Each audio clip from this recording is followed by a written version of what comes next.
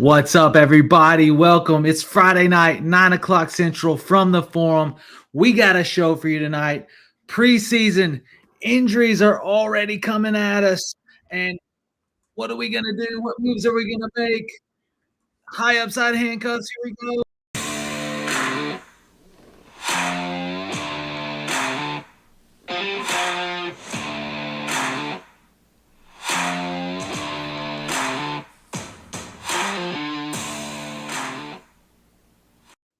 What's up, everybody? Got a crew in the house. Fantasy Football Advice Network exclusive.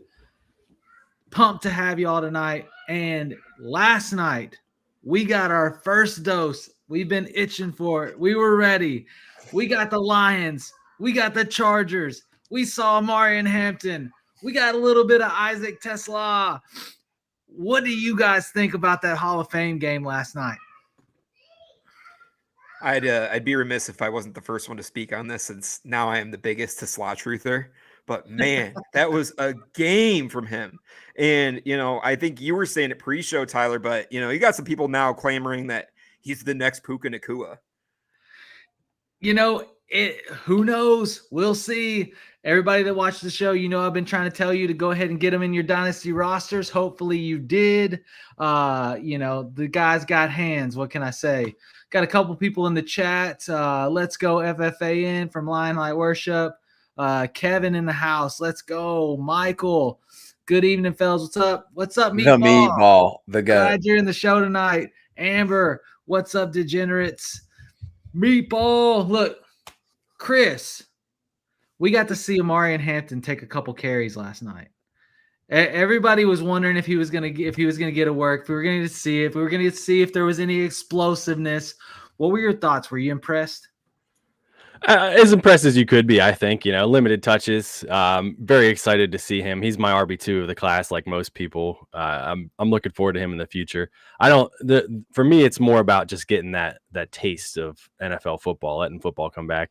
The best part was the look on my wife's face when she's like, "What are you watching?" And she thought I was just looking at some, old highlights or something, as I'm prone to do. I'm like, "Football's back, baby," and she just the blood drained from her face. So yeah, no. Football is back. I know exactly what you're saying. Okay, so last night I come home, my wife's like, "Hey, you want to hang out tonight? We want to finish watching Lord of the Rings: Return of the King." And I'm like, maybe. And then I was like slowly kind of make my way over to the TV and grab the remote.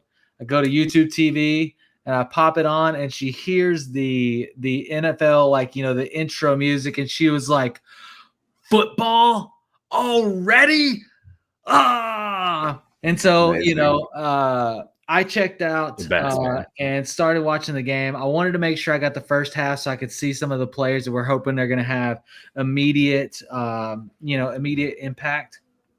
And so, she handled the kids. She put them to bed, and she came down and she was like, "Just want you to know I love you." And I was like, "You're a great wife." I told her, I was like, "I appreciate you for supporting me and my addictions." But no, I was super pumped to watch a little football. Joe, was there anything in the game that just really popped off to you? I know there's been a lot of Trey Lance talk. Sure. Okay. Trey Lance legacy game. Like, everybody that's been waiting for this moment, like, okay, congratulations. You went 13 for 20, 120 yards, 2 touchdowns. You also ran the ball 3 times, got 8 yards. Like, he looked fine, but it's against backups. Like, it does nothing for me. Like, I guess he could be a suitable backup, but like, he's not going to get traded and become a starter anywhere. I thought what was interesting about Hampton is that a lot of people knocked Najee Harris for not getting up the field quickly. And the limited carries that we saw from Marion Hampton last night, he had a little bit of that Najee Harris east to west action for him. So I think he needs to get and realize that the game speed's a little bit quicker, get moving, and don't go so lateral, but get more north and south. To me, the star of the show that I was really excited about, there's not a lot of receiving options right now with the Chargers. We saw the news break today that Keenan Allen is touching up with his old friends, but I was really impressed with Keandre Lambert Smith.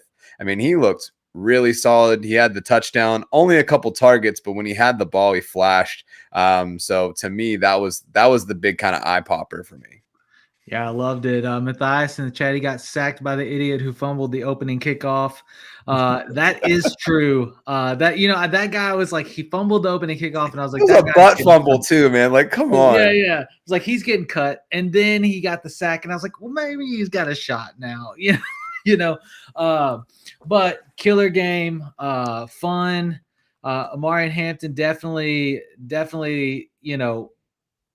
we got to see a little bit of flash. I will say, when he did run up the middle, he looked explosive. I think you're talking about that one outside run where he tried to beat the cornerback around the outside, and he got tackled, trying to do a Superman thing. And the announcers were even saying, it's like, hey, this is the NFL. Like, you got to get past that. You got to move forward. Got FF the Mad Dog in the chat. What's up, guys? Thanks for tuning in. Make sure you hit that like button. Make sure you hit that subscribe and drop your questions in the chat. Tonight, we're going to get into it, okay? We're going to start talking injuries. Already, they're adding up. Like, already we're seeing – I mean, if you're in San Francisco, you're starting to worry. Like you're seeing injuries. How is it every year, though? Like, what is in the water? Like, who are their trainers? Like, what is their diet? Like, this is just like every year. Well, you've already got, we don't know when Ayuk's back. You got Juwan Jennings already battling some injury stuff.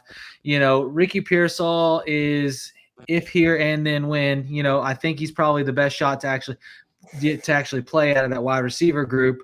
Then their 4th-string guy got injured. Like they're looking. It's looking like Kittle season is what it's looking like. It's looking like freaking George Kittle season.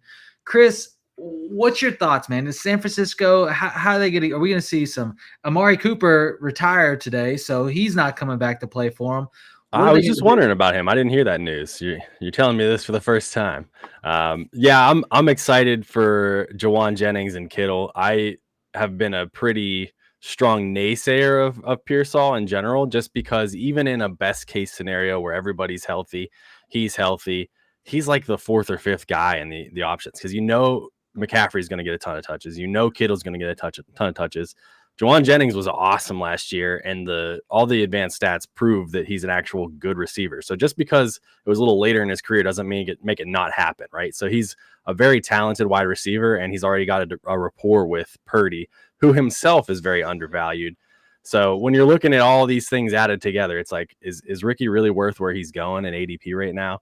And then you throw on the cherry on top that everybody seems to be hurt. It's just too much of a mess right now for me to get super excited about the Niners, other than taking a shot on McCaffrey and hoping, you're going to strike gold at where's he going? The front half of the 2nd round or something right now. That's He's a decent slowly spot. creeping into the 1st round. He could be going anywhere as like 106. And I love it. Yeah. Sign me up for Christian McCaffrey. You play to win the game. If he's healthy, he's going to win you a championship. Like, don't be soft. Be smart about your draft. If you're going to take McCaffrey, then you shouldn't take 5 receivers like early in your draft. Go just draft another guy. I'm all in on CMC this year. You can't live in your fears. I never live in my fears. You see it. I've got the jersey back there. Christian McCaffrey, I've taken him in several leagues. I won last year taking Christian McCaffrey, even though he got hurt. So it can be done. You can recuperate, but the upside is so huge for him, especially in any kind of PPR format.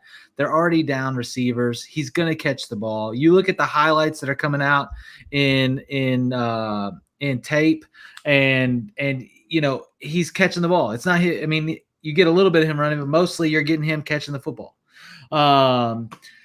So see, we got BHS Cardinal agreeing CMC for the win. Got the Rook saying fake news. That is fake news. Yeah, that was a fake Adam Schefter tweet. You got. Hey, look, we're still not out. I mean, he's still not signed. What's going on with him? It's like Amari Cooper is entered into that Zeke land, right? Where he's like, he's been effective for so long, and he can't accept that maybe there's just not a spot there for him. Even though DJ Chark got signed by Atlanta, so maybe there's a shot for him. If there's a shot for DJ Chark, there's probably a shot for Amari Cooper, but we'll see, right? So, kind of moving on from the Niners, the big thing, and we talked about it last week, and kind of what hit, and it's really curious what's going to happen. And so, Ben, I'm going to send this one over to you. Yeah. Joe Mixon already banged up. Joe Mixon already supposed to miss time into the season. They signed Nick Chubb. Everybody's wondering, can Nick Chubb do it coming off of a massive knee injury, his umpteenth knee injury in his career, or do we get some rookie, we get rookie Woody Marks? Do they sign somebody? What's your thoughts on the Texans? And, does this change maybe who you're targeting for that backfield at running back, or are you leaving them completely out? Yeah, I'm a little bit worried about Joe Mixon at this point, just because the camp reports have not been great, coming from D'Amico Ryans saying, basically he's healing, he's going about the process, really not kind of deflecting a lot of questions from the reporters at camp. And at this point, I think they had a reason for signing Nick Chubb, where they're kind of at the point that they did. And then, of course, they draft Woody Marks.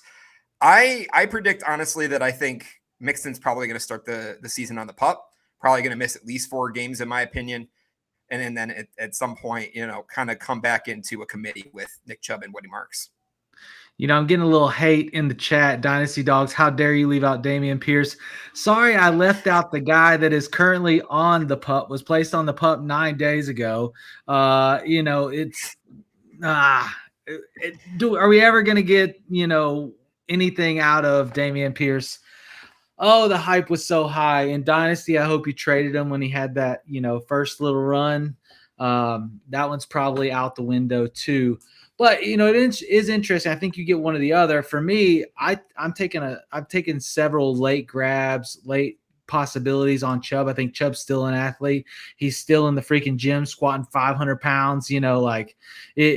I think he can still ball. We'll see how fast he is, or how elusive he can be. But in that offense, I don't know that you necessarily need that. Joe Mixon is not the most elusive running back in the game. You know what I'm saying? He wasn't last year. You saw him, he ran slow, but he could still be effective. And so it'd be interesting to see how that plays out. But the injuries keep piling up, and they talked about it last week. The quarterback room, Matt Stafford, already, kind of missing time with the back pain. And, Joe, what's your thoughts on that? Are you worried? Do you think he doesn't play? You think it's real? I mean, does it hurt Devontae Adams for you? Does it hurt Puka? I mean, what's your thoughts? I'm not worried about this at all. This is really just a symptom of having to carry the city of Detroit for so many years. So it's just more of a load management thing. So he's an older player. He knows the offense. Yeah, it would be nice to get that rapport with Devontae Adams. But, I mean, from what we've seen in his career, if you throw it within the zip code, he's going to come down with it. They know the offense. They're still going to be able to get in sync without him there.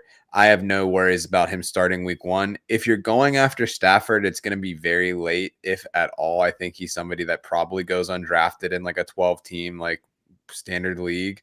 He could be a solid pickup, like a priority week 1 waiver wire kind of guy. I like the upside there. I mean, we saw a couple years ago when they didn't have Wash Cooper Kupp, he had 40 plus touchdowns, which is what you're going to need in order to be a non-running quarterback to have like a top 5 season. So we know it can be done. But ultimately, I have no concerns with what the Rams are doing. That it's a well-oiled machine, and if they're going to give him time to get healthy, then so be it. And also, dude plays through anything. So come season, he'll be ready to go. Yeah, I mean, I agree. Stafford, Stafford's a gamer. Like he's going to play. He's not the type that wants to come out of the game. I'm with you. I'm not really worried about that. What I am a little worried about is my first round picks. So in redraft, especially, your round 1 is so important. You're getting your stud. You're getting the person that's going to carry your squad, right? And for years here, we've had JJ at the top, right? Like, you're getting Jamar Chase, you're getting JJ, you're trying to highlight one of these main guys. And already preseason, JJ's having some hammy issues. And, Ben, I know that you probably can speak to this a little bit more than most of us in the room, but hammies tend to linger, and they tend to easily be re-aggravated.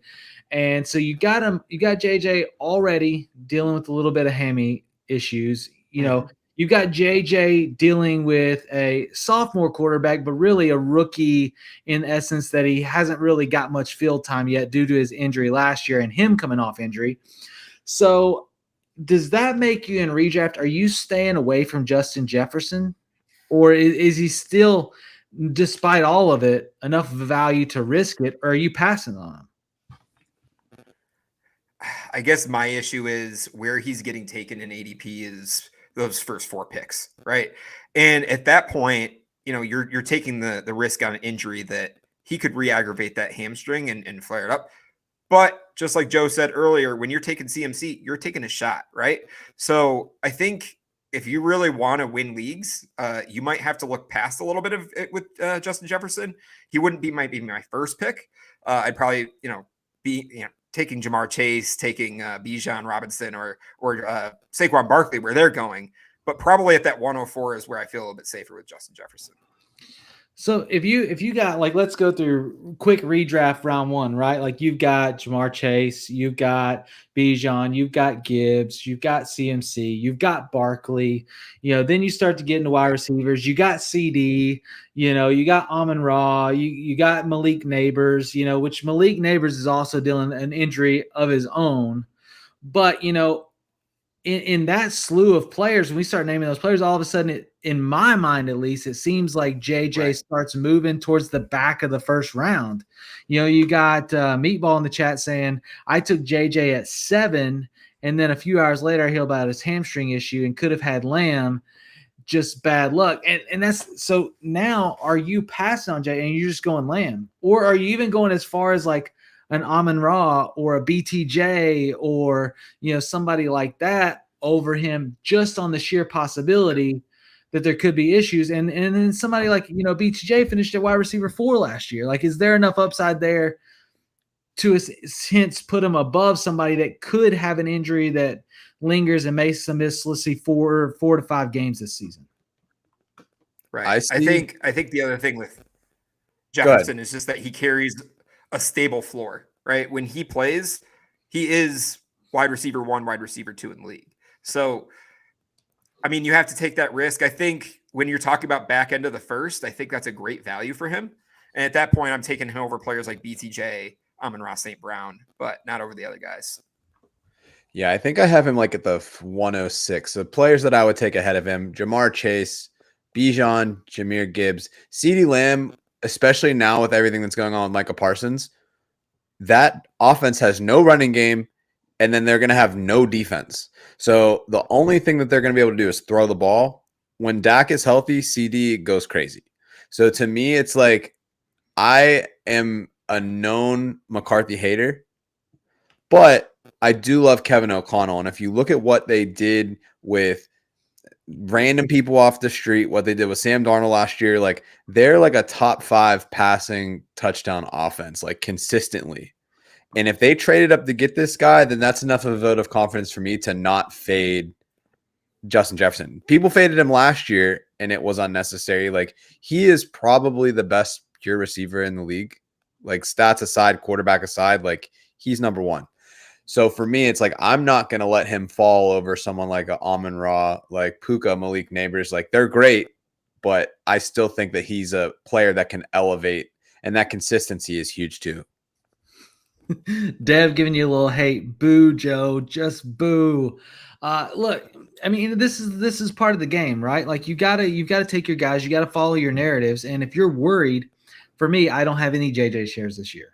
I have passed on them, not intentionally. I just have gone running back heavy in the first half of the draft, drafting, or if I'm in the later half of the draft, I've been targeting CMC, and JJ hasn't been there. So it'll be interesting to see how it continues to play out. Got a little bit of conversation. Neighbors, why didn't Neighbors get off-season surgery on his foot? Obviously, surgery hurts, man. Yeah, obviously we don't know the answers to that. We can never, answer those questions. Not every injury needs surgery. But yeah, and that's probably it, Ben. So I mean, for you, knowing the narrative that's kind of clouding him, Russell Wilson has been announced as starting quarterback in that offense, which has been good. According to camp, it's been great. Like the chemistry, the poise, the deep balls. Like he's still got the moon ball, and everybody Never heard that before about Russell Wilson. Yeah. So let me, what's your thoughts on Malik Neighbors? I say that because in recent especially, Malik Neighbors has fallen as far as middle of the second round. For somebody who has crazy upside. What's your thoughts? Are you staying away from him, or are you grabbing that value?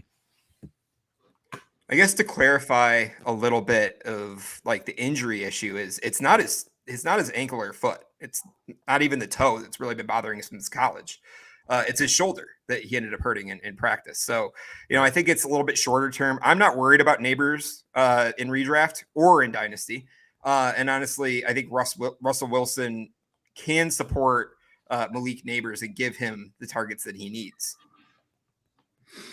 Yeah, I mean, it'll be interesting to see how that plays out. I like it. I've taken Russell Wilson deep, and we had an actual question on the Fantasy Sports Advice Network social media platform, and the guy was saying, do I need to target one of these top 3, top 4 quarterbacks because the kind of mid-tier drop off, or do I need to even reach up for like a Baker in the 6th round or something like that?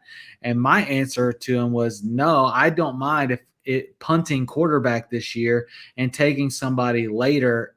And I've even gotten shares of Russell Wilson to back up, let's say, around 13, 14 pick on like Trevor Lawrence, right? So, I don't hate that pairing there. It seems like they're very committed to him, and that they're trying to let Dart develop. He's making some mistakes and stuff in camp, so we'll see. Let's see here. Got some more people in the chat. Make sure I hit this. Meatball says in redraft PPR 12-10 league, I took Gibbs at the 1-5. JJ was there to draft. What would you guys have done? I love this question because Gibbs is my 101 in redraft. I love Gibbs. I'm taking him every single time at 105 if he's there. I think he's got a phenomenal ceiling this year. I think with a new offensive coordinator, of course, he's part of the same system essentially. But, I know Ben and I have had our beef about David Montgomery in the past. I just don't see a world where they continue to give him as many touches as he's had, which means if he's siphoning even 5-10% of the touches off of Montgomery compared to years past, he's got an absolutely phenomenal ceiling, like levels that we saw out of maybe Saquon last year. So Gibbs for me is a bulletproof first half of the redraft pick. Yeah, I like the first half of the redraft pick. 101's a little bit steep for me, but I respect I think I appreciate when people are willing to just say like, hey, this is my guy, and like I'm not gonna try to like maneuver around the draft to kind of optimize it. It's like, all right, if he's there, I'm taking it. I'm currently having that battle with Christian McCaffrey right now of like how high I can take him, and every week I feel like it's creeping up a little bit. But yeah, I think Gibbs is like right around like that. Probably 105 for me, 104, 105. Love it. Got big draft energy in the chat. My guy Disco 1 week away from seeing Mr. Moo Moo and the Whiskey Dude in Canton. That's right, guys. We will be next week in Canton, Ohio at the Fantasy Football Expo. Hanging out with Disco. Make sure you go check out his channel. Big Draft Energy does great stuff. Best ball guru. Can we just talk about the fact that he has done 600 best ball drafts this offseason already? I've done 5. 600 600 paid drafts. This dude's out here grinding. Yeah, on streams every day. Like, props to that dude. He's killing it. But he corrected you. It's 603. The reality is there's Disco, and then there's everybody else. And everybody else is considered part-time when you consider Disco and best ball. Got Binking in the chat. Yo, giving Big Draft Energy a little love. Let's see. And Thank you, Chris. You're now my favorite from Meatball. Appreciate that. Thanks, Meatball. What more did you want? I love the Gibbs take, so kind of continuing to move through these injuries. I think a lot of hearts got broken last week when Isaiah Likely goes down and because it was a lot of people, like if you look at, D-Bro from Fantasy Pros, he's been pumping Likely, like huge season for Likely. Like there's been a lot of people that have been really behind him to kind of supplant Mark Andrews as more of the receiving tight end in that group. And then he goes down.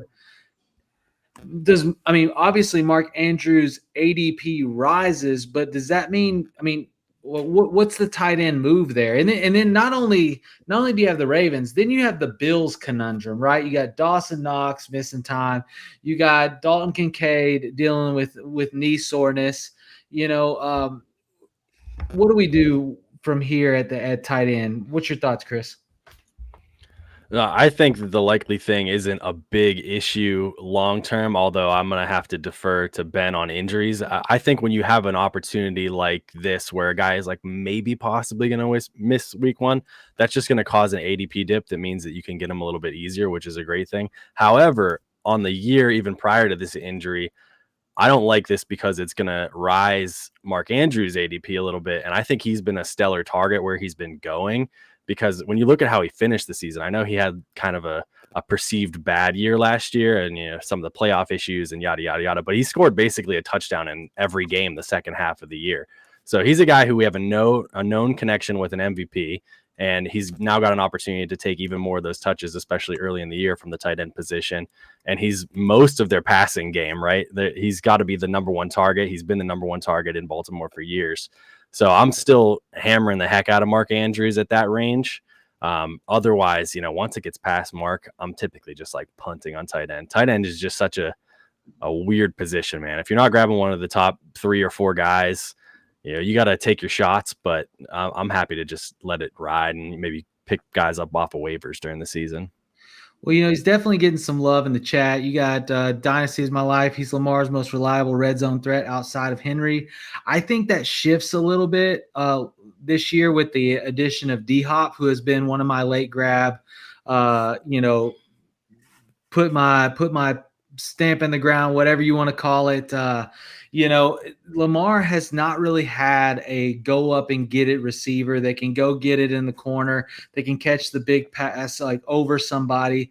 And now he has that. And I think that makes him maybe lean a little bit off Andrews as much in the red zone. So, to me, I still want him because Lamar's going to throw it to him. Like that's the reality. Lamar's going to throw him the football. And so I still want him, but I do think that D-Hop kind of eats in a little bit into his touchdown regiment going into this season.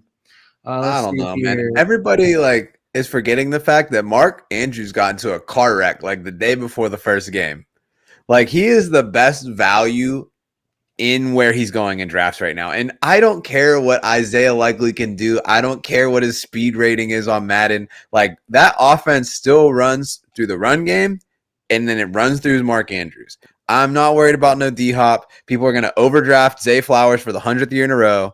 But Mark Andrews had 15 red zone targets last year and he caught 13 of them. And it's like, even if he gets that eaten into by Hopkins a little bit, that was still 8th in the league. So it's like he has a role where it's with tight ends, unless you're in like a tight end premium league and it's like, oh, like you want to like go after somebody that gets receptions. Like scoring touchdowns is the easiest way to get points from your tight end, and he's going to do it. Like Isaiah Likely is just like a hopium thing that people are getting all charged up about so they can be the first person that was talking about it. He had that game that last week 1, he had that big game, 3 touchdowns, like, oh, Mark Andrews sucks now. And it was like, what did he do the rest of the season? Nothing. So give me Mark Andrews all day. I ended up looking into it a little bit deeper. So it's going to be a 6-week recovery for Isaiah Likely. He did have surgery to repair. I believe looking back, it was he rolled his ankle and had to have surgery to repair. torn ligaments. So he'll be back in 6 weeks, but that's kind of putting him out of training camp and starting very slow in the offense. So I kind of like Andrews there as well, Joe. But love it.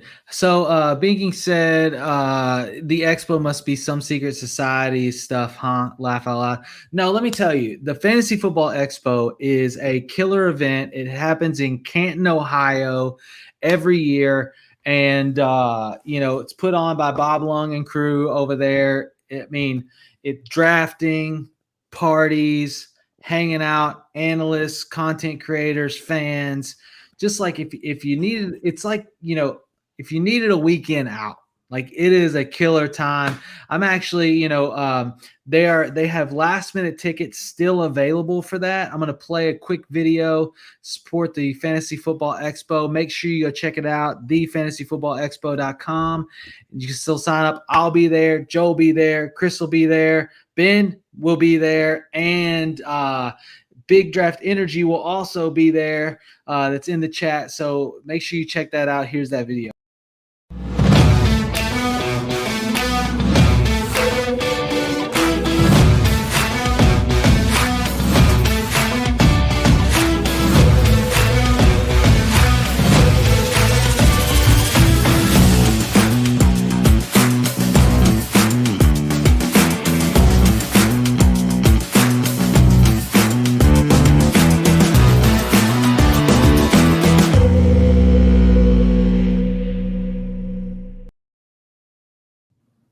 It's a good time. If you don't have any plans next weekend, August 8th through the 10th, be there. It's going to be a good time. Got some people in the chat. Amber, I cannot wait until everyone knows about the Expo.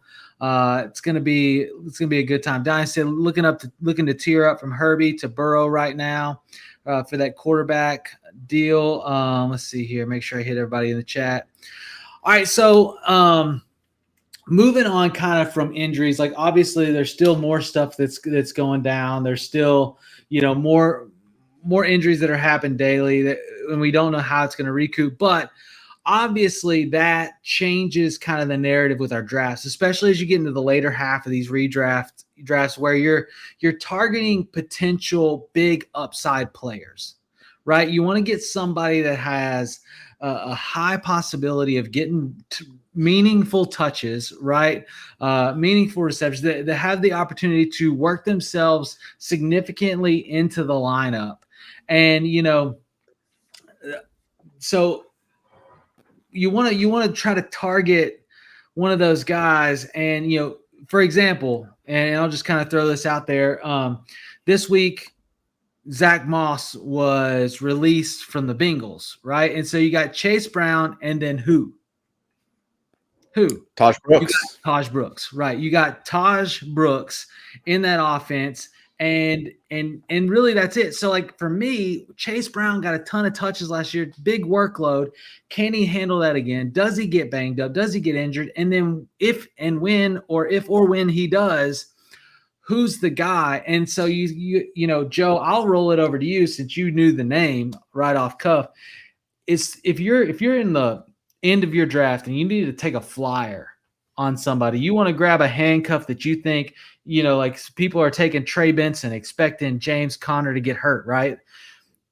Are you trying to lock in Tahj Brooks on your redraft roster? I like Tahj Brooks a lot. If you look what he did at Texas Tech, it was pretty impressive, right? So he was the all-time leading rusher in Texas Tech history. Save that 5 times fast. 4th all-time in Big 12. So like this dude's putting up big numbers. I think if it's a different running back class, he probably goes up the board a bit in the drafts this year, but it kind of felt like a game of chicken. I mean, even looking back, like in the combine process, like you look at the names that people were really excited about, the Tahj Brooks, the Devin Neals, all of these guys that people were really charged up about going 5th, 6th, 7th round. Players that are undrafted in the 7th round are already seeing first like team reps in practice. Like that's unheard of. Like this class is super deep. I think the misconception that a lot of people get into with fantasy on their bench is, like let me just grab like this guy who can maybe get me a couple of points. It's like, like if I need a bye week fill in, like that guy can get me 8. Like, you can always find someone on the waiver wire to get you 8 points. Like, that's not impressive, but you're going to win the league by having the guy that shows up like Chase Brown last year that says, hey, like, I come out of nowhere and I'm a top 12 running back. And that's where you want to be. And if you have those guys on your bench before they break out, that's going to do a lot more for you than saying like, oh, like, I don't even know, like, who would be somebody that feels like a waste of time for me right now? Rashid Shaheed, like, is he going to do this again with Spencer Rattler? Probably not. Like, I just don't see it.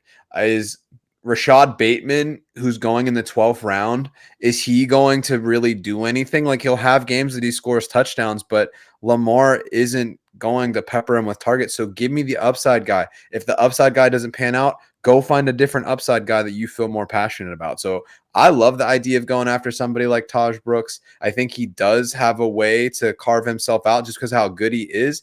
And I don't think that they want Chase Brown, even if he could handle all the work, to handle all the work, because they have aspirations that are more than just the regular season. I agree. I mean, he is definitely a late round grab for me, especially if I'm in like more of like if I'm in a redraft league that's got like 18 picks, 19 picks, 22 picks, like the Scott Fishbowl. You know, I'm definitely targeting him. You got Meatball in the house saying I just took my late round flyer, 19th on Alec Pierce. You know, I've seen a lot of comments about different Colts receivers. But I'm going to throw it over to Chris. Chris, you had somebody that you're targeting towards the end of that draft or the end of your drafts. Who's that? If you'll cede the floor for a minute so I could go on a bit of a rant. It's yours. My hate for Kyren is very well known and very well documented. In fact, just today in Ben's Discord, Dynasty Gambit, I put up a big write-up about why I don't like Kyren. There's many reasons why I don't like Kyren, and I did like him last year, but there's a lot of evidence that's supporting that with a guy that's seen over 200 or over 600 touches the last 2 years, there's a high likelihood that his production will fall off, even if he's still the RB1 in the McVay offense. But when you look at it historically, McVay prefers a workhorse, and they've also tried for the last 2 seasons now, 2 off seasons, to find a guy who can take some of that pressure off of Kyren. And they found a perfectly good one in Jarquez Hunter, who is one of my favorite backs coming out of this rookie class. I'm shocked that he is going as late as he is, given the opportunity that's in front of him.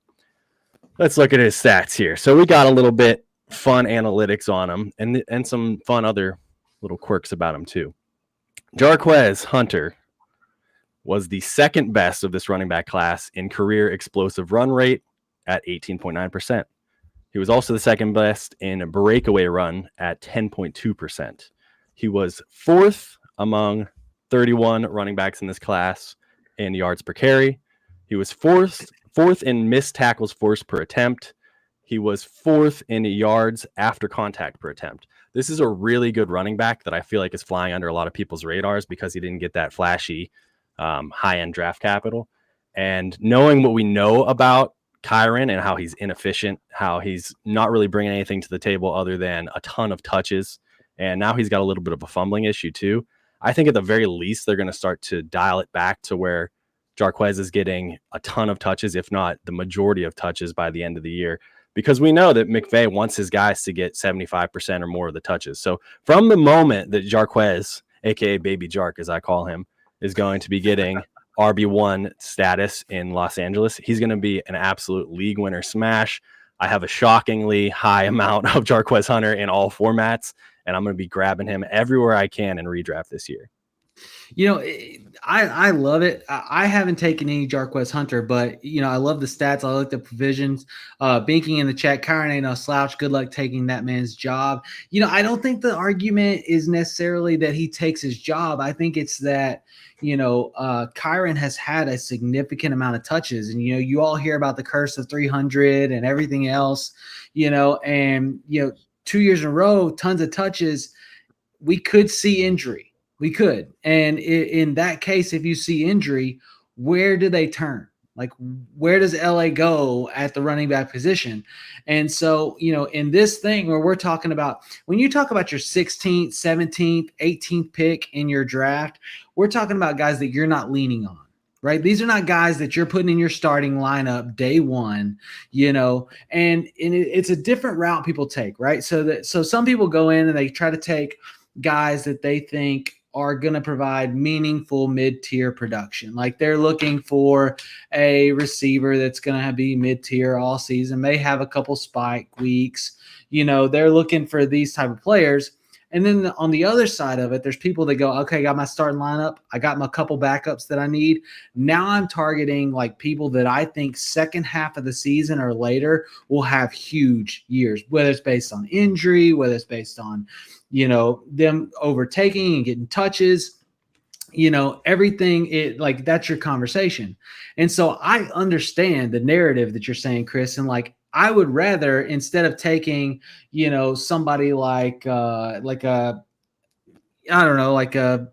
Quentin Johnson or somebody late, a deep round flyer on somebody, I would rather take a Jarquez Hunter in the chance that he gets that opportunity, because if he does, there. And, Meatballs in the chat. He'll be a league winner. Yeah. Yeah, why did the Rams draft Corum last year? Well, that's easy question. It's because Corum isn't very good. I forgot my non-stat fun facts. Jarquez Hunter squats over 600 pounds. He can jump out of a swimming pool, and he can dunk in cowboy boots.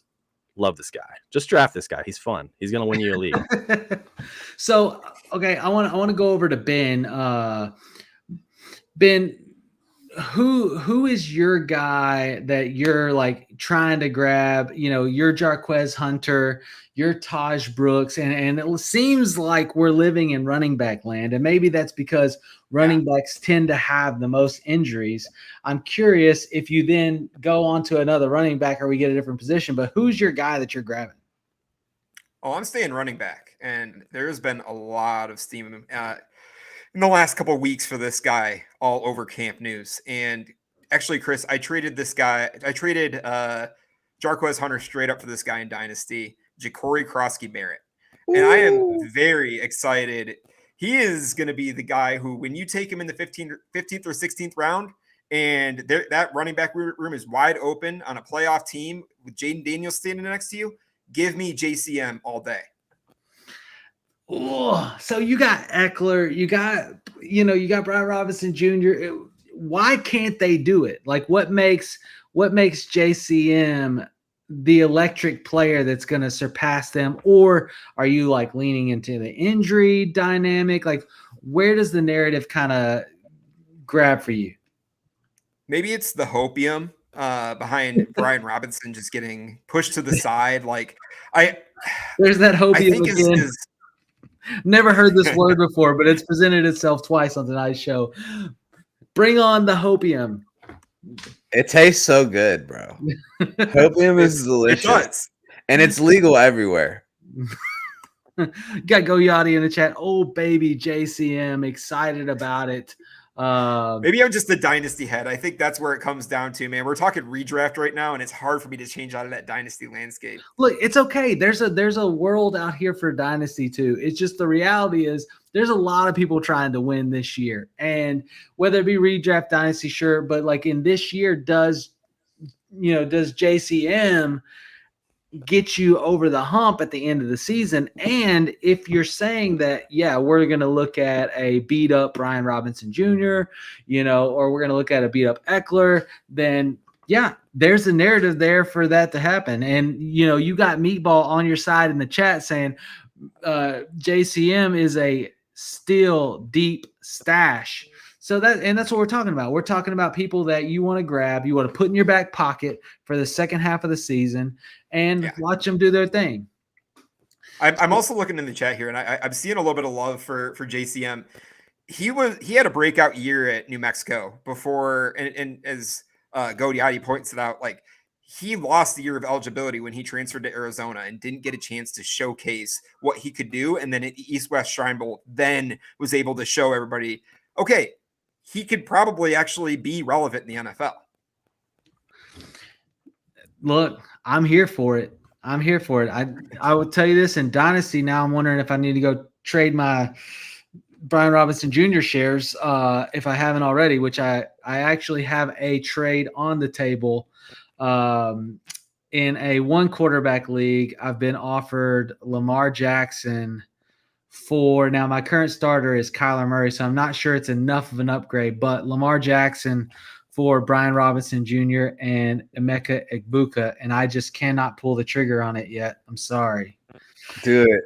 It's so tough, and mostly because I think Egbuka is going to be good. But your team is so good. You don't need him. Oh, but he's so good. Okay, anyways, Joe, let us know who is going to help me win my redraft league this year. Okay, before I say this, I would like you to give a quick shout out rundown of the Napkin Bowl, since I saw Goyati in the chat. Just like to talk about that really quick, because I think it's a really cool thing that he's doing, and I think it's something that's worth talking about. Yeah, absolutely. Goyati, if you would put that link in the chat for us. So if you're around, we are helping host. Goyati is hosting with the Fantasy Sports Advice Network the Napkin this year, which is a charity tournament. 100 leagues, 1,200 players, all to support Mission 22, which is a veterans organization, support, veterans and their families. We're always about giving back on the show. We're about giving back as a company at the Fantasy Sports Advice Network. And so this is a little bit of our way to do it. And it's killer. He's put together an incredible tournament. He has weekly, awards for top scorers. We do have an overall champion with a very intricate prize for first place. And again, who doesn't love supporting an incredible organization like Mission 22? So if you haven't, go to Fantasy Sports Advice Network and click on, you'll see a link at the top saying join the Napkin. Make sure you check that out. I'll put the link in the comments after the show. Or message Goyati directly, message me directly. If you haven't, we will get you in. It's a killer tournament. I'm not sure how many leagues are full, but I know I've already joined and my league has completed our draft. The drafts start once they fill, and it's interesting. And it's big scoring, really big scoring. He calls it the home of the 50 burger. So if you're ready for a big play tournament, lots of points, exciting, to support a great cause, Mission 22, supporting veterans and their families, go join the Napkin. Go to FSAN.com and you'll see, just go on the football tab. You'll see the Napkin tournament, or you'll see it at the top of the page. Go join. And then go Yachty on Sleeper if you want to message him. Obviously looking to fill that tournament. So, Joe, hit us with your guy. Yeah, I'm so glad that I put you on the spot for that, because I never would have done that as good a justice. But yeah, it's going to be an awesome time. Okay, so I just have a question for you guys. I have a question for the chat. Who do you think are the top 3 offenses in the league, going into this season, just from a scoring perspective? I think Baltimore's in there. Okay. Bengals. Okay. All right. Well, we've already hit the team that I want to talk about, the Baltimore Ravens. We all know that there's a lot of controversy. People say the kickers aren't people. You shouldn't have kickers in fantasy football, all this and that. But we all have those friends in our league. When you have a kicker, they fill out their starting lineup, round 7. Historically, what do? They'd go out and get Justin Tucker, right? We fast forward to 2025. It's a new sheriff in town. Justin Tucker released after the draft this offseason. You're telling me that the team that led the league in yards last season, that is going to probably be in the top 3 again this season, that their kicker is going to be the 11th kicker taken off the board because he's a rookie? There's no chance. If you can have your leagues go and say, hey, I'm going to go take Kyron Santos, all these other people, and you have Tyler Loop just sitting there for the Ravens, you guys laugh all you want, but I'm going to take a player that's tied to a top offense every single time. So let it happen. To Tyler's reaction, but I didn't I expect know that y'all are going to be haters, but this dude is already on point. He's already hit a 68-yarder in practice. He's already been on record in college to hit a 62-yarder. You want to talk about ways that you can win leagues? That's fine. Put the bag over your face. But when you're drafting somebody from the Lions in round 10 and I can get a guy's going to put up more points 10 rounds later, hit me with it. I don't care. Don't hate on Jake Bates. Bro, Bro, look, hold on a second. Are you really busting out kicker sleepers? I'm busting out kicker sleepers, man. Kickers are people too. Okay, well, if you love kickers, we have a shirt in our shop, FSAN.shop, that says kickers are fantasy players too. So you can join Joe in that. Bro, in 10-team, 12-team league, defense, kicker, I'm streaming defenses. Kicker, I'm taking probably one of the last 2 rounds. I'm not worried about it. And you can get them. That's what I'm saying. You can get them. You can get any. You can get. So do it. Last 2 rounds. That's what we're talking about. You don't have to go up and get Jake Elliott. You don't have to go up and get Chris Boswell. You don't have to get anybody. You can pick one up on waivers before the start of the season, and you're gonna be okay. People don't get down like that. They get a little nervous. It's like, oh man, like I gotta go get Tyler Bass. I gotta go get Harrison Butker. Like it happens. You have to fill out your lineup by the end of the draft. So that's a good. I like that advice. That's a good tip. Look, I've done it. I did it in the napkin. Okay, here's the deal. You don't have to fill out your roster. And when you talk about a kicker, you don't have to on Sleeper, but if you play in an ESPN league, unless somebody goes in and changes it, which they probably don't, you have to fill out your roster. If you're going to do it in Yahoo, like unless someone changes the settings, you have to do it like fill out the roster. So it's just one of them things. Like if people are going to say, hey, I'm going to take Brandon Aubrey at the 11th round, and I can, like you're talking about like players that are going to win you the league, not taking a kicker early and being able to get someone who puts up equal production, but get the players that you're talking about, that's what wins you leagues. So I stand on it.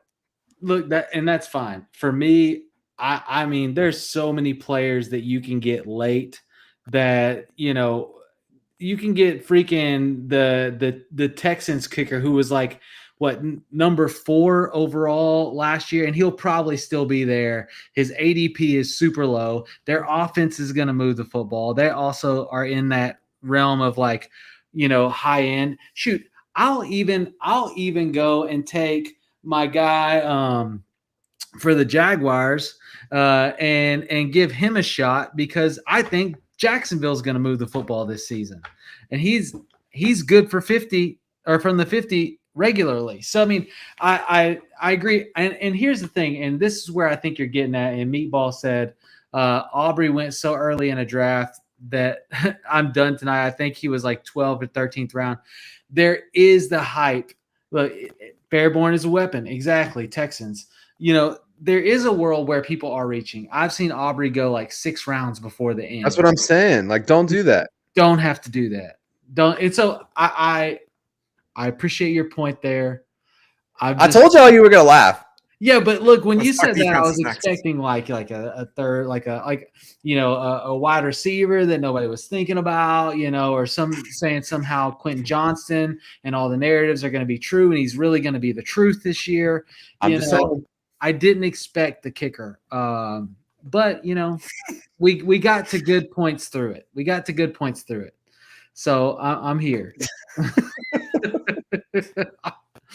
Kickers, what am I even doing here? We got spam in the chat. We must have hit the bigs if we're getting spam in the chat. Oh, I know. We got spam in the chat over on Twitch. Cheap viewers on streambo.com. Ooh. I'm about to find my stream boo. Use that code. All right. So, you know, anybody, you know, Chris, do you have another one off top for you? And maybe we can kind of transition position a little bit. There was a couple guys talking Rashard Smith, and I think that's a good choice. But I have another semi-dumb one that you might laugh at. Daniel Jones, Vanilla Vic. I think now there's no reason he should be going quite as late at the quarterback position. If you're like me and you just like to say, I'm done in redraft with drafting quarterbacks early, I want to load up on all the other positions and like stream or pick a late round guy. I think he's got an opportunity now to shine. He was the quarterback 9 in his only real good season, but that was also the last time we saw him complete a full season healthy. I saw today, I think Scott Barrett from Fantasy Points was talking about how he has never had higher than 27th ranked offensive line group or wide receiver group. And he's coming into a team now with a pretty good offensive line and a pretty good wide receiver core. And I think it's likely that even if he doesn't open the season as the starting quarterback, he's going to have an opportunity pretty early because Anthony Richardson just isn't that good. And he can run, man. This was, again, another Scott Barrett tweet today. He has the same amount of career games with greater than 90 rushing yards as both Michael Vick and Cam Newton. So he's always giving you that rushing floor, which is why he's, vanilla Vick. But I think he's a cheap option where why are you going after a Stafford or a Russell Wilson later in drafts when you can have that rushing floor that vanilla Vick's going to provide you? Look, getting a little love in the chat. Binking said, Chris, it's actually interesting. I haven't heard Jones brought up a lot. He does have on those little nuances. That's how you win your league. Look, it's true. Goyati says it's A-Rich season. He's still living in the world that A-Rich can make it through a whole season. For me, he changed his diet. He ain't gonna get tired no more. Oh yeah, okay, we'll see. With that guy, it's a to be determined, right? Like college, to be determined. He couldn't get his team over 500. You know what I mean? NFL can't stay on the field. Like the guy has played as many NFL or as many actual games as he should have in like maybe 2 years of college ball. Like he's not staying on the field, and that's the big thing. And I like the Daniel Jones take. I'm agreeing with Binkin. Goyati, stop eating Skittles. I ain't eating Skittles. I'm just not on A-Rich. If you've watched the show, I've been off of A-Rich. And that's just where I land. I love the Brashard Smith comment coming in. That was a good take. I'm going to add one to the table here. And it comes in tight end. It feels like this year, if you're not trying to get one of the top guys, you really punt to late. And there's like a slew of like these, regular, tight ends. And so, all season, one of my tight end sleepers is a rookie this year. And I know rookie tight ends don't have huge upside or don't usually come in big for us. But I'm really taking a lot of shares of Mason Taylor, especially in Dynasty. I don't hate him in redraft. I typically am a stream the tight end position if I don't have to grab somebody like a Kittle or something like that early. But, I mean, everything you read, Mason Taylor's getting all the first-team reps. Mason Taylor's looking better than anybody. He's over, and he doesn't have much competition, but he's miles ahead of Jeremy Ruckert. He's miles ahead of Stone Smart. And we know – based on the quarterback play there's going to be a lot of low dump-off type stuff, and I think it goes to him. I think we get a ton of Mason Taylor in a PPR or tight end premium dynamic. I'm grabbing them. I'm taking them late, and you're getting them late. You don't have to pay up for that tight end at all. I think he scored a 25-yard touchdown in practice today. Somebody had shared a tweet about that. I don't think we saw a video, but he's been getting a little bit of love, especially in the last couple days. I hope we get to see him in the preseason, but he was actually, and I know Tyler Warren had a huge highlight today, but Mason Taylor was my tight end target going into this season. I knew I was going to get him cheaper, kind of like a Laporta. You got Laporta in like third, fourth round of rookie drafts that year that he came in. To me, Mason Taylor was that guy, and I think that we're going to see huge things from him. I think he's a great pass catcher and just complete tight end, and that's what I kind of really look for. Goyai said they got rid of a solid tight end in Conklin too, so they obviously believe. And then Binking in there, that would actually help the entire Jets offense if Taylor can be productive, and I believe that he can. So there you go. There's one for me coming into the season. Still getting a lot of love on the Daniel Jones and that call on Mason Taylor. Ben, do you have anybody? I have one. I have somebody I was going to bring up, and that was Cedric Tillman for the wide receiver position for the Cleveland Browns, right? He had 3 weeks where he basically was the wide receiver one, then goes down to injury, is out for most of the rest of the season. And then now we're kind of forgetting about him just because that whole quarterback room we don't really want to mess with. But he is the wide receiver one of that team. You can't sell me that Judy is the wide receiver one for the Browns. But I'm riding the Tillman season right now. Yeah, we talked about him in our Trust Your Training episode with Chev on Debbie Dojo, and he was the fantasy player one for those 3 weeks. He had a bajillion points, and then he got hurt. And The real question there is who's throwing him the ball, how good's the offense going to be, but he's an awesome stash for exactly that reason. He's got a chance to really thrust himself up rankings if he gets even a decent bit of opportunity and a slightly competent quarterback. I think if Flacco starts the season, I think Tillman will get the love. I have a sneaking suspicion that Pickett's going to start the season, but I'm not sure that that's necessarily a bad thing because he helped some good weeks out of Pickens in the past, right? So we'll see. Tillman, I love Tillman though, man. Great call. Yeah, love the Tillman call. We saw flashes out of him. I think it's still Jerry Jeudy world over there too, but I think they're gonna run the football, and they traditionally run the football. They're good at running the football, and they've got we'll see if Judkins makes it back, but don't sleep on Dylan Sampson either. I promise you, he's a good ball player.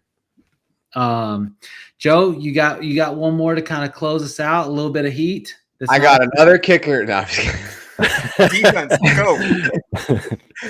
All right, so I think for me, a guy that I've been really high on throughout the draft process this year is Michael Pittman Jr. There's been a lot of hype about fancy stats for Josh Downs, but at the end of the day, like, to be honest, like GMs, coaches, like they don't care. It's like they're going to go and feed their guys. And if you're looking at like, oh, like what were Michael Pittman's metrics last year? Like dude was playing with a broken back. He still had 100 and some odd targets. And it's like, I appreciate that Downs is a good player. I'm not trying to discount him from like an ability perspective whatsoever.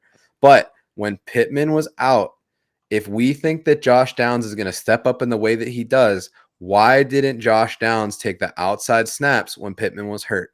All of those snaps went to Adonai Mitchell. So it's like if you're thinking that Josh Downs is going to overcome Pittman, who's been their alpha for these past few years, if Pittman's healthy, they're both getting drafted around the same time. I feel a lot more comfortable in seeing what Pittman has done already than trying to project something that Josh Downs isn't necessarily for that offense. Could I like eat crow on that one? For sure. But like, I think a lot of times people see like these advanced analytics, and it's at the end of the day, like there's plenty of players that don't necessarily have the greatest like fancy stats, but they pass the eye test. They do the things that keep them on the field. And I really think that Pittman Jr. is one of those players who you're getting at a major discount to injury. And I think there's quite a few players that are like that in the draft this year that you can really capitalize on. I think Jalen Waddle and Chris Olave both fit into that kind of framework as well. So yeah, sign me up all the way for Michael Pittman Jr. Big fan. You got Meatball in the chat. If Daniel Jones starts, Pittman will be a wide receiver 2 this year. And Banking said, I really like Pittman Jr. I think he's kind of sacrificed to help Downs sort of develop a role, add dimensions to the offense. Look, and then look, even Goyati saying, and me and Joe Frick just became best friends. Look, I like the Pittman call. You look at Pittman, he's had 2 finishes out of 5 seasons inside the top 15. And then he had in PPR, and he's had another one inside the top 25, but he doesn't get treated that way, right? Like he's one of those like players that just consistently falls kind of like your Jacoby Myers, except he finished better than Jacoby Myers in his career overall, on average. And so, I'm in. I think that he's a cheap buy. He's somebody that's I've targeted late. So love that call, Joe. If you're still tuned into the show, we added a join function to our YouTube channel. Make sure you go check that out. If you join, subscribe, support the channel, support what we do. We'll do some exclusive content for you, and we have some cool emojis and everything else that we're going to add to the channel. Just the way that you can continue to support all these great creators that we bring in here. And so if you love us, click that join button. You'll get notifications on our shows. And I need at least 2 people to join so that I can add some more dope emojis. I'm trying to get some today I added the penalty marker. So like when you make a bad call, they could throw the penalty flag on you. That's amazing. Freaking love it. I added the GOAT emoji. I added beers for cheers and an FFAN logo, but I've got a couple other doozies that I really want to get in there. Tyler has his face ready to go. It's just gonna be like the intro of the show. who knows? But yeah. So if you love us, if you love the show, click the join button. We much appreciate it. There's 3 different levels. Whatever level of support you want to provide, we're grateful for. If you just do the level 1, then you get access to the emojis and the interactions. And we'll always prioritize your stuff. Binking, appreciate you popping in the chat. Good luck. Y'all keep grinding. We are here for the grind. And guys, the preseason has officially arrived. God bless. I can't watch no more baseball. Great show. If you could real quick, just let the crew know where they can find you, whether it be social media or if you have a show specifically that they need to check out.